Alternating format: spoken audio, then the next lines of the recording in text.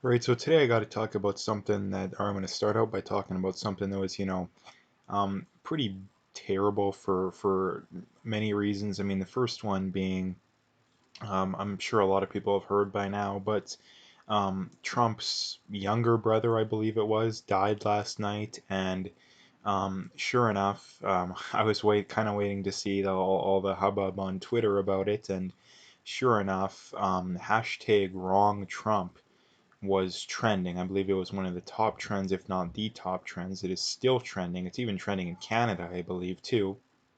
Um, Again, and there's many crazy aspects of this. Again, the first one being is imagine if um, I don't know if Joe Biden has any siblings, but imagine if his sibling died and um, wrong Biden, started trending. Like just imagine the uproar. It would be off the charts. It would be talked about round the clock, but yet it happens on the other end and nobody cares. And I mean, the other thing to point out too, I guess, that makes it not quite as bad is that a lot of the people tweeting this hashtag are people tweeting about how terrible it is that this hashtag is trending. So that's probably feeding into what's making it trend. Um, but it wasn't these kind of people that got it trending in the first place again. So the main point being is number one, the massive double standard. Like again, the double standard when it comes to politics is off the charts. And again, that's something that I've been pointing out for a while now. And the reason why there's such a double standard is that the media is incredibly biased. The public schools and universities incredibly biased to the left, so that feeds into it. And number two, there's a lot of people, mainly almost exclusively, that are on the right that have the both sides are terrible, the libcon bird, that kind of argument and you constantly hear, which I think they're right about to an extent. But the thing that they tend to not bring up is that there's no double stand. There's there's a lot of things that people on the right, even the more moderate ones, can't do that people on the left can do. Like it's just not even close. So again, and this is the other thing too, that just the amount of terrible people that exist out there, and Twitter is a bit of an echo chamber, especially when it comes to the leftist ideals. So that is something that maybe downplays it a little bit, but I've seen enough craziness that I'm not gonna pretend like it's not crazy, I guess. So, anyway, that's the first thing I wanted to bring up. The second thing I wanted to bring up is from Ezra Levant here, and he tweets out an Ontario mayor banned kids from playing hockey and has pandemic fines up to 100,000. But for weeks, he secretly has been using a city arena for him and his friends to play hockey at a cost of $1,000 a day.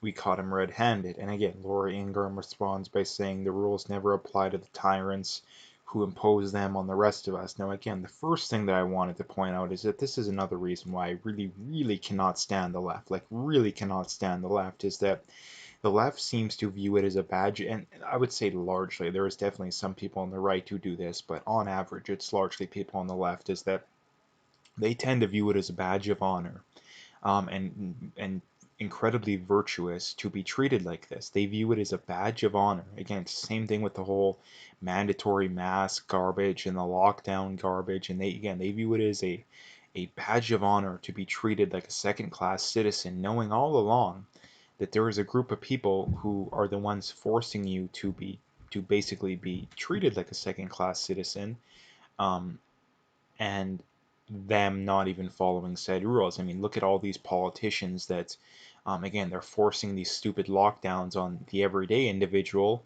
but I mean, you got Patty Haydu flying back and forth to her house on the taxpayer dime like all the time. You got De Blasio was doing that kind of stuff. Cuomo, I mean, like I say, the examples are absolutely endless of politicians imposing these rules on people and not following it themselves.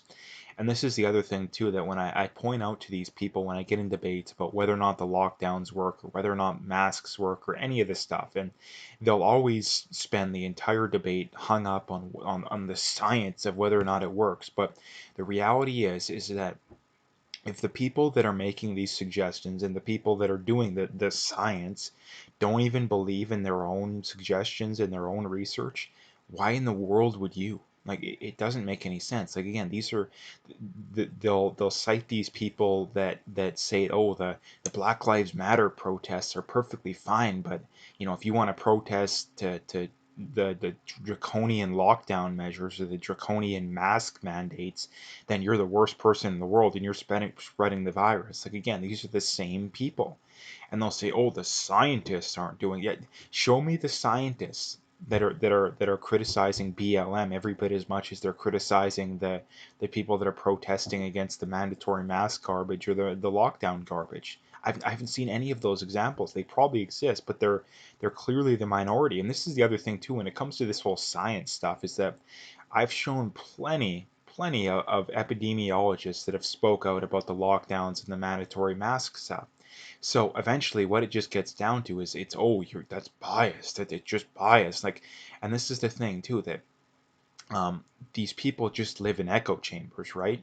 And the way you can tell if someone lives in an echo chamber, you don't need to know anything about which side they're on. That's completely irrelevant. How you can tell, I mean, I would argue the easiest. There's obviously more than one, but the easiest way is if someone can argue the opposite of their position as effectively as the people that they would be debating against said position. And this is why um, I'm completely against the whole mandatory mask and lockdown garbage is that you talk to these kind of people and you bring up arguments to these kind of people and you can tell a lot of the time they admit it, they've never heard these arguments, they've never heard it.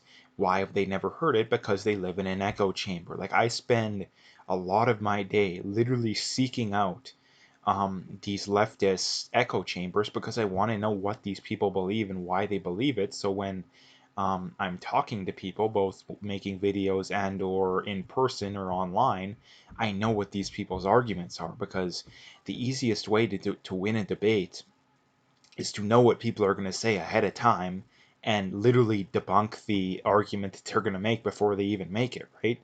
Like that's just the one thing I wanted to bring up when it comes to that. This is from Steven Crowder, and again, speaking of deranged leftists, is he says, "Oh, by the way, at the last Change My Mind, an Antifa goon called one of my producers a F word, not the swear one, the derogatory name for a gay person one. Not offended at all the hypocrisy, just it's just hilarious. Footage will be released soon." Now again, this is the same thing is that these people don't actually believe what they believe. Again, I've seen plenty of videos like of black conservatives or black people that aren't going along with the party line being called N words, being called again. People know all the derogatory names. I've seen plenty of videos of black people on the right saying, "Yeah, I've never been called the N word or a derogatory name aside from leftists." Again, these people they don't actually believe what they believe. They pretend to believe what they believe. I think a lot of the people are useful idiots who actually do believe it. But the whole point being is that if your beliefs aren't consistent and universal, then they mean nothing. They literally mean nothing because your belief is literally if my team does it, it's okay. You're literally having to bake that into your argument. And if that's your argument, then you are crazy and you shouldn't be given any credibility.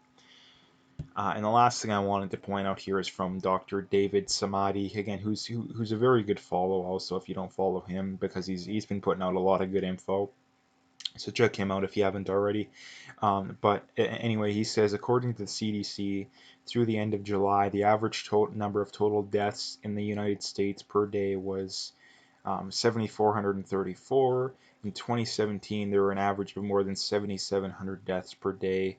Where's the major increase in COVID-related death? Now, again, this is something that I pointed out before that um, a comparable, and this is the same thing for Sweden too. Again, people point out, oh, Sweden, they this terrible policy. No, Sweden's policy has clearly been proven to be the correct approach because the fact that they literally are having next to no new deaths now, even though they're still having a decent amount of cases.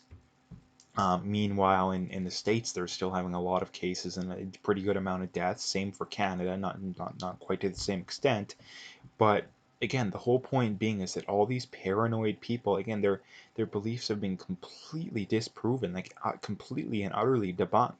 If the whole virus situation is this thing that we need to be so worried about, the daily new deaths should be at least, 10% above where they're normally at. But because they're below, we know that we're being completely lied to as a population. So anyway, that's kind of what I wanted to talk about today. If you liked the video, make sure to hit that like and subscribe if you haven't already. And check out those other links that are in the description. Make sure you follow me on those other platforms if you haven't already. And make sure you stay tuned for more.